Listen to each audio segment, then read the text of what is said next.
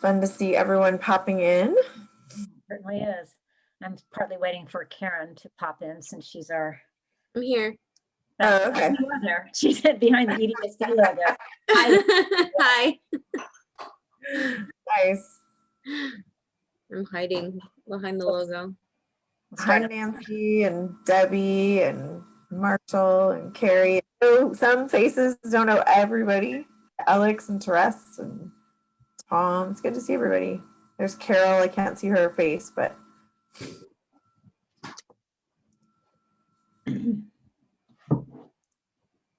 After people have arrived, it might be easier if some people turn off their cameras so that, because we're going to be sharing a PowerPoint and, you know, only so many bits in the ether that we can get at a time.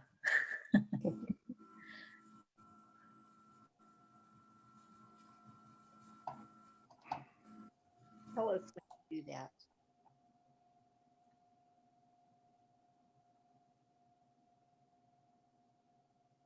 How's everyone on this Thursday night as we all arrive?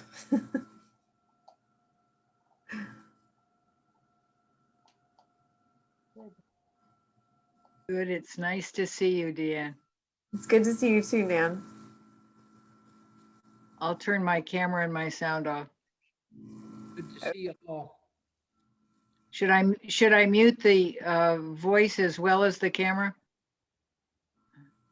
For now, when we have breakout discussions, you'll want to turn that back on. Do you know how to turn that off and on? Yeah, she did it. Okay. Let's hope she can get back. There's lots of popping, like moving faces. So I'm assuming people are still arriving, right? Looks like it's slowing down maybe.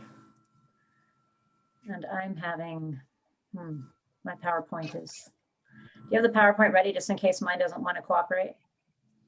Oh, I know it. I know what I can do. I can simplify it by getting rid of the external. It's on my other computer. I could switch to that if I need to. Okay, I'll make it work. Okay. Well, welcome everybody. We'll be sharing a PowerPoint with you shortly as soon as I can make sure it's running properly. There it is. Will you be sort of going back and forth between you and Deanne, or is one speaking before the other? We are taking turns speaking. Okay. So I'm operating the PowerPoint and Deanne is one of the speakers. Is that all right? Yeah, that's fine. I couldn't spotlight the PowerPoint to make it easier for folks. Well, I think once we share the screen, it is going to be spotlighted, isn't it? Mm-hmm. Okay. All right. Is there anybody who has any questions about how to mute or unmute before we get started? If you have a technical difficulty in the middle of while we're talking, you can click on chat and send a message to Karen Mondaka, who's on the call. She's a diocesan moderator for this and she can help you out, okay? All right, so we're going to share our presentation. This is called Make a Difference Through Advocacy and Activism.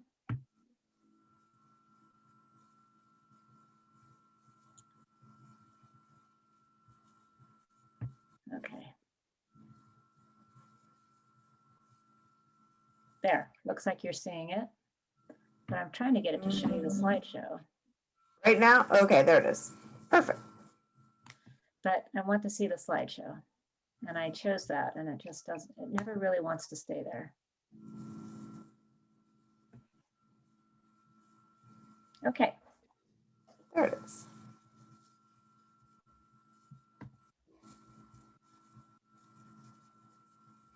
All right.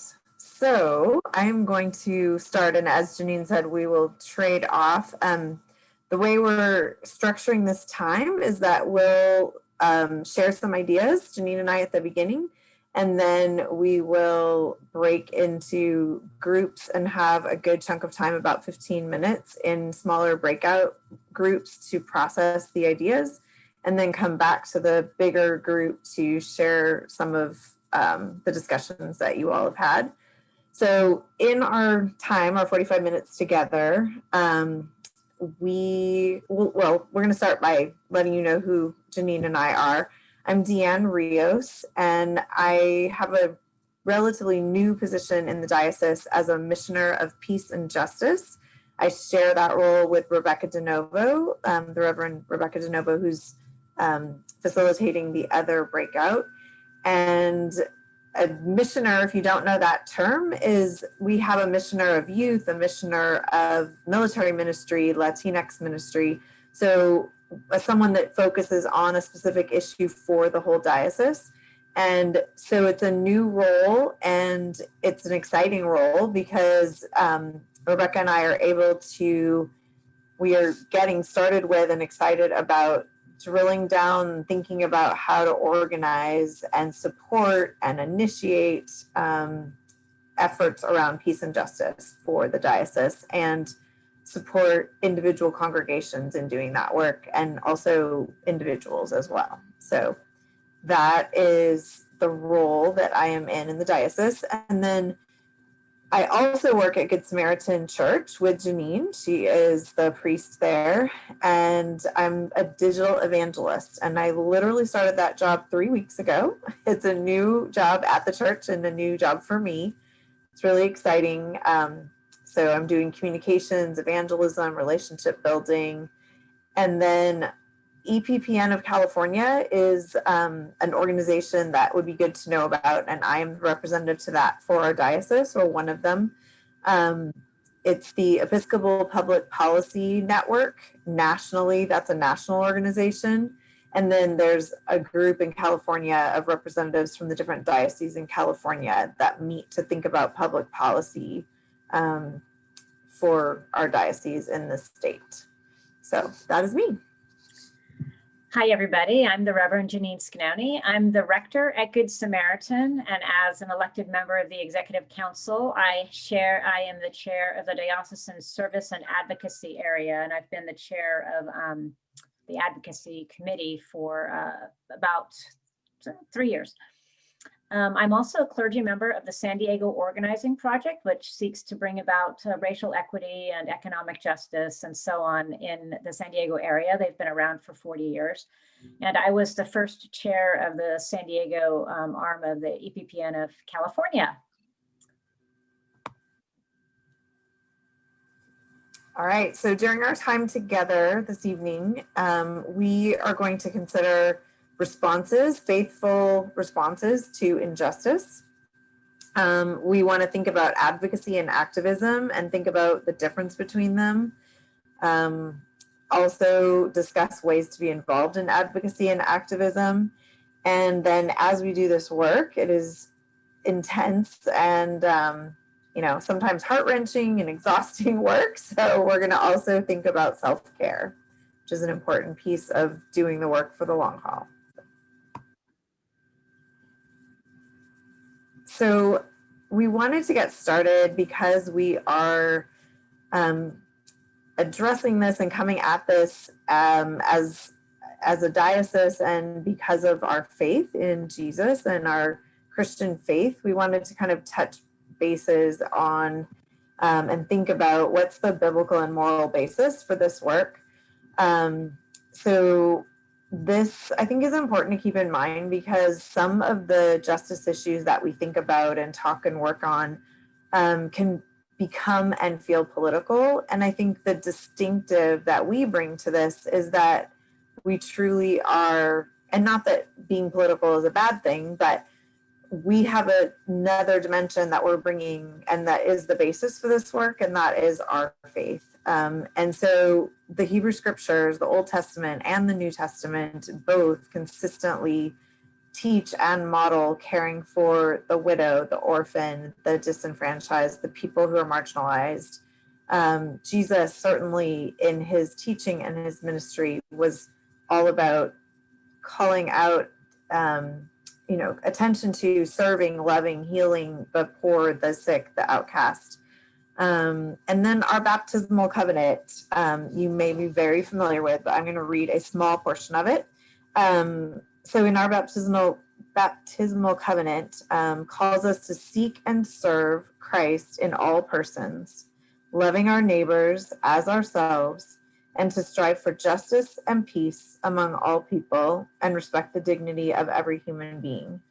So as Episcopalians, we state that as we think about our call to Christian discipleship and Christian life together as individuals and as a community.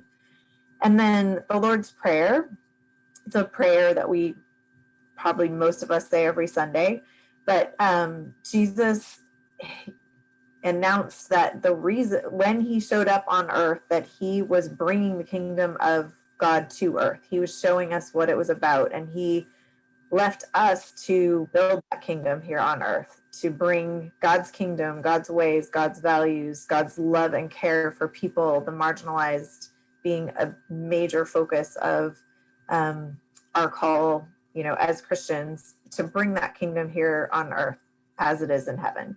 And so that's just an important piece of our work. Thanks, Deanne. I wanted to talk to you a little bit about what we mean by the word advocacy.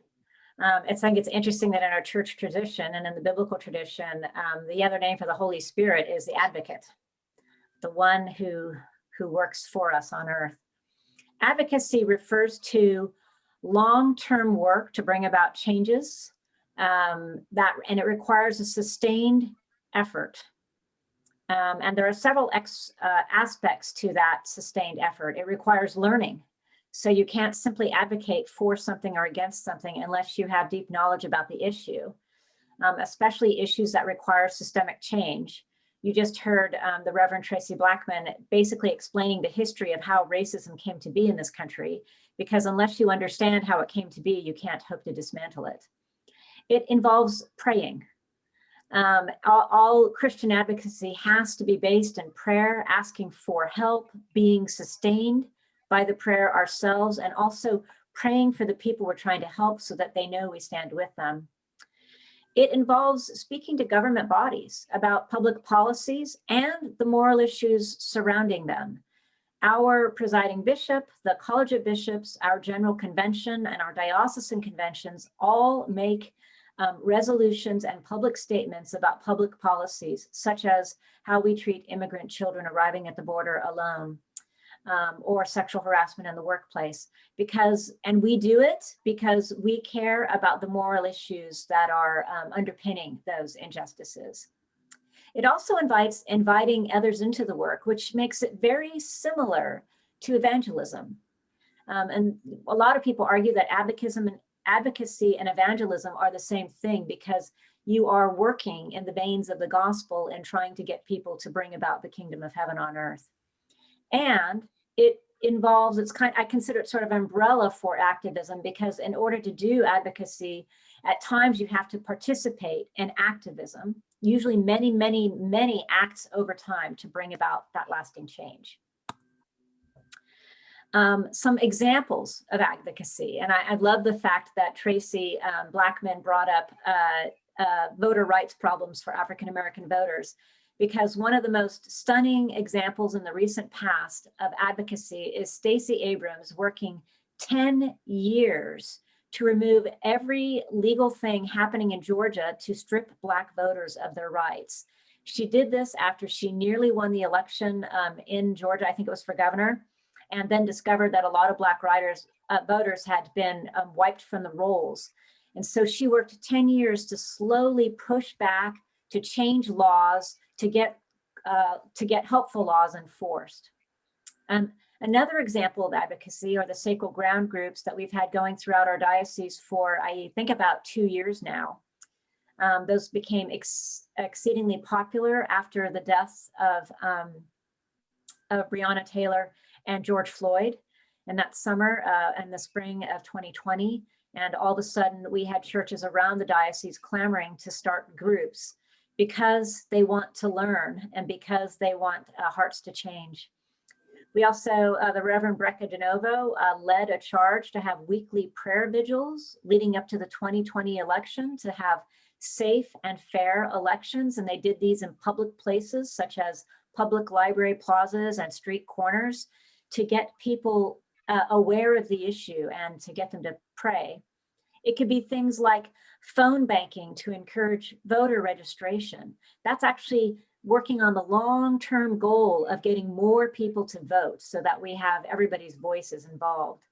And it can involve things like attending city council meetings, county board meetings to argue for better facilities for the unhoused.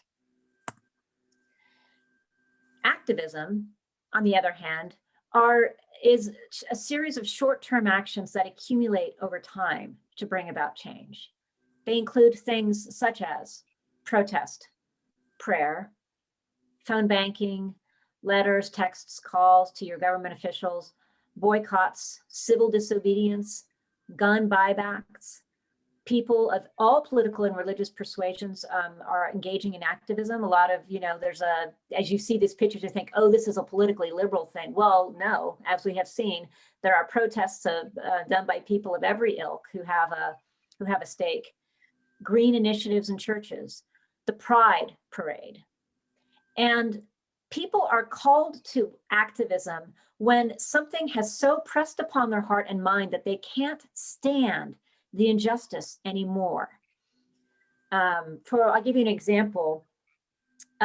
When children were being separated from their parents in early 2017 at the border in San Diego, I was so upset by this, so upset by the news, reading the news about it all the time. And when I was invited to a protest at the Otay Mesa facility where the parents were being held, not the children, I went to the protest. I knew the protest wasn't going to do anything at that moment. I knew they weren't going to reunite the children with their parents. I knew they weren't going to change the immigration laws, but I had to raise my voice and say, I cannot stand this. Somebody has to say, this is wrong. Well, hundreds of people went with me. And here's what happened. When we got to the road that runs along the side of the prison, there's a very high wall, like, 2-3 stories high. And we heard people on the other side and we were chanting. And they heard us and they started yelling. It was like voices coming out of a canyon, and we heard them yelling and we yelled back. And they knew we were standing up for them. They knew we were protesting for them.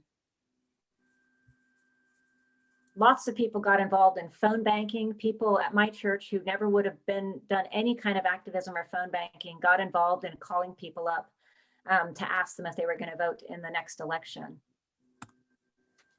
So the question is, which one suits you temperamentally?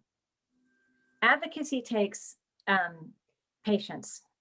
I can tell you from experience. It takes studying and studying and more studying. And when you think you know the topic, there's more to learn. And it also requires the perseverance to handle all the setbacks, and you have to collaborate with other people to come up with strategies and compromise. You will find yourself with unlikely bedfellows in advocacy and sometimes in activism. Activism is that response to an immediate situation that requires that immediate response. The mass shooting, the voter suppression. You've probably experienced this, where sometimes the Holy Spirit just tells you, get out of bed and do something. That's advocacy, activism. Deanna and I were reflecting about how advocacy also has tipping points that can create a leap forward. The one that came to mind for us was the Me Too movement, which came to a head in 2017 and 2018. The hashtag was coined earlier in history. And certainly we know there's been sexual abuse and sexual harassment of women throughout the history of humankind. But finally, Ashley Judd made a public claim of rape against Harvey Weinstein, and the world just blew up. It wasn't just the United States. It wasn't just that case. Bill Cosby went to jail, Harvey Weinstein went to jail, and all around the world, women marched. And tragically, sadly, it happened with George Floyd. So the important thing to recognize is that if you're thinking that I'm not a protester, or I would never call somebody up about, say, a state proposition, or I don't have the patience for advocacy, well, there really are many ways to be involved. You can do a little bit, or you can do a lot. But it's important to recognize that if you're involved in either of these, you need to sort of gauge how you're doing and your energy level on this. So I want to talk a little bit about self-care for advocates and activists. I'm wondering how many of you have ever had burnout from an issue. I'm seeing things coming up in the chat. I'm trying to ignore those because I have to pay attention to my thing. Oh, there we go. If you've ever experienced burnout from going to protests and feeling like nothing ever happens, or feeling like you vote, but the person you vote for never gets elected, or the proposition that you really want to pass never gets passed, and so you get worn out. When that happens, it's probably a sign that you need a break. Jesus took breaks, and we have to take those too. One of the things that we forget about is that this ability through television, through the internet, to see the suffering of the world up close in our homes 24/7 is an unusual thing that did not exist through most of history. And so we can traumatize and re-traumatize ourselves by watching, say, a police officer kneeling on the neck of a man over and over again, several times. And so one of the things you need to think about is, yes, keep yourself informed, but turn off the news if you need to. And also, it's important to turn off the guilt. Some of us live in privileged homes with privileged education, with no racial violence against us, no hunger, no suffering in the workplace. And it can cause a sense of guilt and a sense of responsibility that because we are so privileged, we need to fix everything for everyone else. And that's a great Christian impulse. But at the same time, Jesus doesn't actually ask us to fix the world ourselves now. He merely asks us to do what we can as we can. And so it's important in this work to gauge how you are doing and to make sure that you take time for a rest and retreat when you are feeling worn out. You're not failing as a Christian when you take a break. Oops. Hold on, I'm trying to advance it, Deanne. There we go. Is that right? That's not right, is it? Yeah. It is right. Okay. Yeah. Yep. Okay. I'm going to send I realized I want to send a breakout room or in the chat so that you have them. So I'm grabbing those. But so now we are going to break you into groups of approximately 4 people. Go back up one more. There you go. And we would like, and I'll put these questions in the chat, but we would love for you to consider these questions, thinking about advocacy and activism. Sorry. What types of advocacy or activism have you done, and what did you learn? Or what has your experience been with them? What activism activities inspire you? Which activities concern you? Which activities might inspire your church community? And is there something you want to try but you don't know how to get started? So as Janine mentioned, you know, we're not all going to be drawn to the same things. So this is just a chance to think a little bit about what makes most sense for you and maybe what doesn't. And then both for you personally and maybe your church community. So Karen is going to be our wonderful facilitator of breakout. Are you and Janine going to a breakout room or not? I'm not. No? Okay. No, just, we don't just need give to. me 1 minute. Yeah, sure. And I'm going to get these questions into the chat. Okay, so I'm going to assume we're all back. Karen, is that true? Yes, everybody's back in the session. Great. All right, welcome back. So we have 10 minutes and we would love to spend a few minutes hearing from some of you about your conversation. So there's some questions in front of you. If I can only, well, I guess I can do a different view. I'm going to go to gallery view. So you can look at the questions and is that even an option? Karen, how do we call on people if I can't see everyone? you could show everybody, that would be great, because I think we'll remember the questions at this point. Okay. Go to show grid video. That might open up more. Side-by-side speaker, side-by-side gallery. Those are my, there we go. Okay, great. There we go. All right. So, so who would like to share something that surprised you, something you learned, something you just?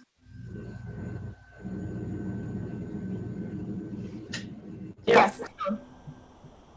I was surprised that that they're doing Sacred Ground in Borrego Springs. Did you know that? I did not know that.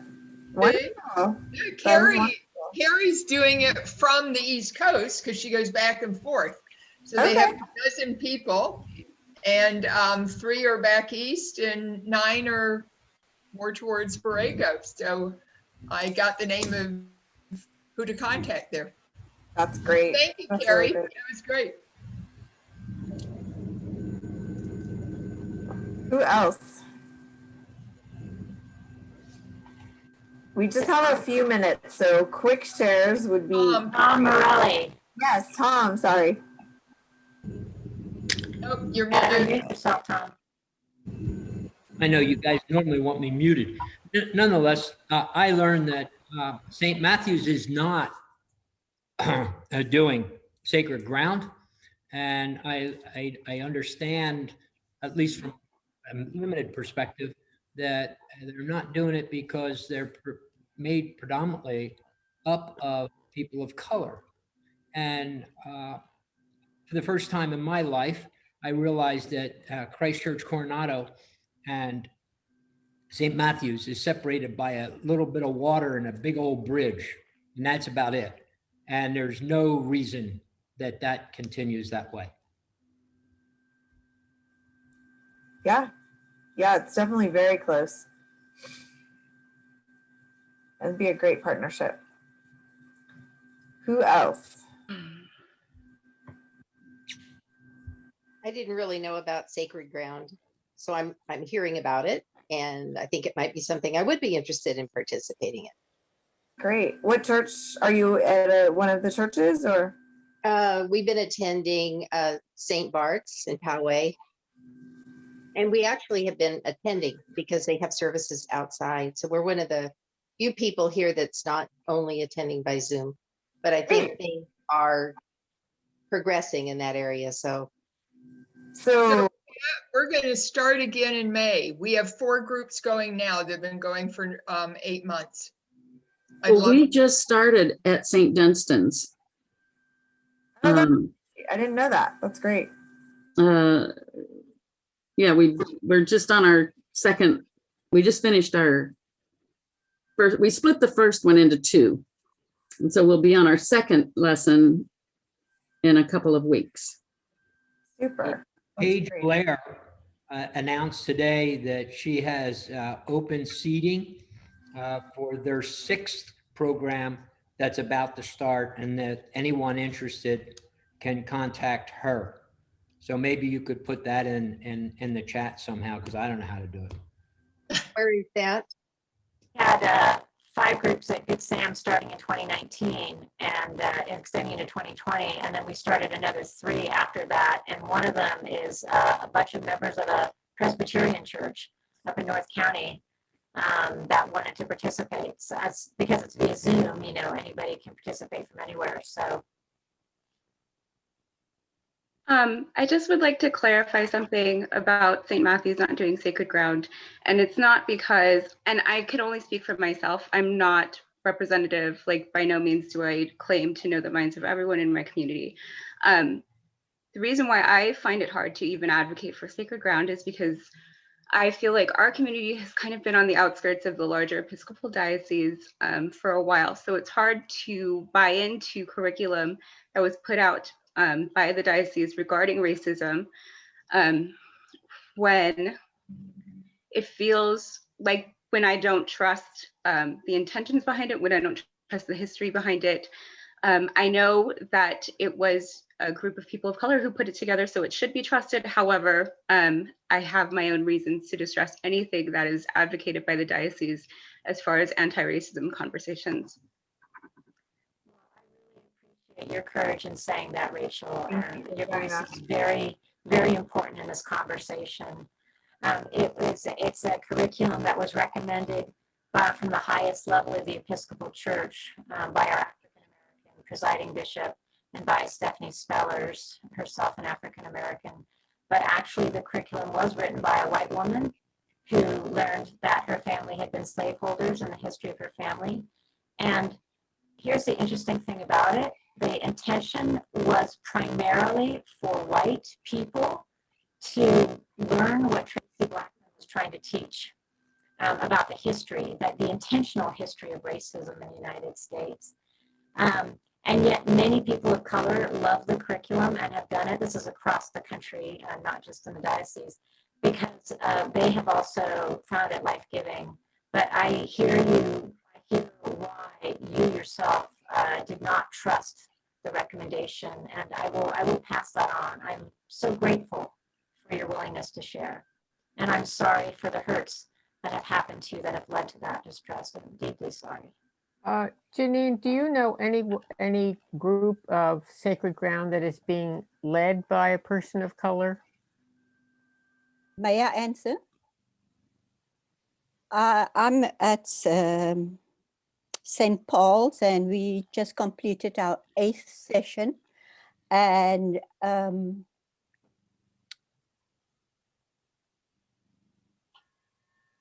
at St. Paul's, we do have someone who is of color that is moderating the group. Can you hear me? Yes. Yeah. I must admit, it's a fantastic curriculum. Very well thought out, I feel. Great reading material as well as videos to encourage great discussion. St. Thomas has 2 groups going, one led by a Black man and one led by a white man. The group I was in was led by an Asian woman I asked to lead. So there certainly are people of color leading groups. But the facilitator's job is not to be a teacher, but to facilitate conversation. I would like to say something. I chose not to take part in Sacred Ground because of the reasons given by the person who designed it. And because I looked at the syllabus and the curriculum, and a lot of it was very familiar. Mm-hmm. But I wonder, it seems to me that it's very easy to go through a curriculum. And I do this as somebody who teaches courses on race, college level courses on race and gender. And I think it's very easy to go through a curriculum and get the sense that, oh, I know about this, I know what this means, without applying it to oneself. And with all the respect I have for everybody on this forum, I find it troubling that there are certain kind of race 101 things that not everyone seems to be aware of. And I can email the moderators about that later on, but it seems to me that it might help in future to have some basic rules of engagement, I don't know. I also have a very clear policy, personal policy, that outside the day job for which I'm paid, I do not consider it my responsibility to educate people on these things. But I think it would help to have some ground rules, where in mixed company, maybe some do's and don'ts. And I'll leave it at that. Thank you. Thank you.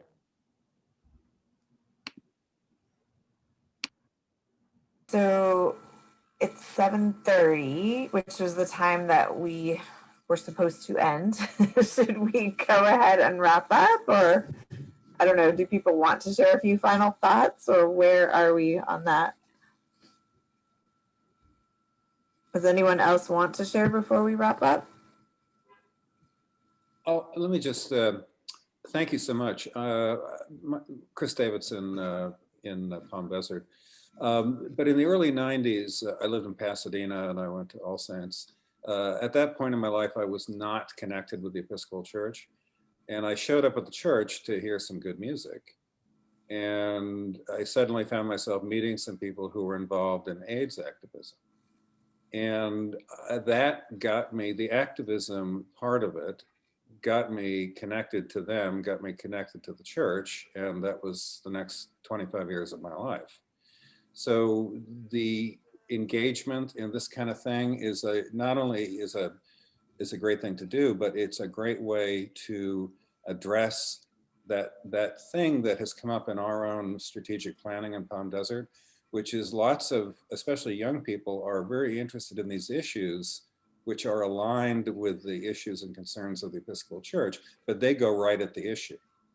Mm-hmm. And what a wonderful opportunity to go right at the issue with them, but also bring or make the opportunity to be resonant with a community of faith that we have. So there's a wonderful way, I think, to connect and kind of build our own faith community in going after these things. So. Thank you. Yes, makes sense. So we have everyone's email because you registered for this evening. And so it's our hope that this won't be one single conversation and then nothing, to follow up. So we are planning to be in touch with you. And there's a variety of things happening. There's task force groups there's two that have already formed and one that is the next one that's going to form. We have a racial justice group that's already formed that's just at the very beginning stages, and then a creation care group that is at the very beginning stages. And then the next group that will form is going to focus on immigration and border and refugee ministry. And there's a few other justice issues that we are focused on as well, or will be focusing on as well as the diocese. And our goal is to focus across the diocese so that people can engage with the diocese as a whole and also at your individual churches and as individuals. And so I just want to let you know that if you are interested, we want to let you know that if you are interested in engaging with us or, getting information about ways that you can start this kind of work at your church or join others in exploring it at your church or learning more on your own, reading books, watching films, there's so many different ways to continue learning, which we all need to be doing, and then also doing activism and advocacy, engaging. And I, early on in this little session, put my email in the chat and then Janine's as well. But we'll also email you. And someone asked for the PowerPoint, which we can send out when we send the follow-up email. So thank you so much for being here tonight. Are there any final questions or thoughts before we wrap up? Thank you for doing this. Yes. We recognize this is really a series of conversations, not just one. Yeah, and right. so we hope you guys will be interested in continuing these conversations and talking about ways you can get activated and or invite other people into the work as well. Yep. For those of you that are just starting Sacred Ground at your church or thinking about something, please know that one of the things that's really been exciting is groups learning about what other churches are doing to help support and share ideas and not reinvent the wheel. So I learned that Palm Desert has this new sustainability team that's thinking about environmental justice for the church. So, and we said, hey, as you do that, like, let's, you know, figure out how to document what you're doing so that if other churches want to do that, we can share the ideas. And Sacred Ground, there's been and films about racism, there's been a lot of sharing happening around, you know, facilitator guides and film discussion guides and all kinds of things. So we definitely want to be supporting each other and getting to know each other around working together on all of this. So.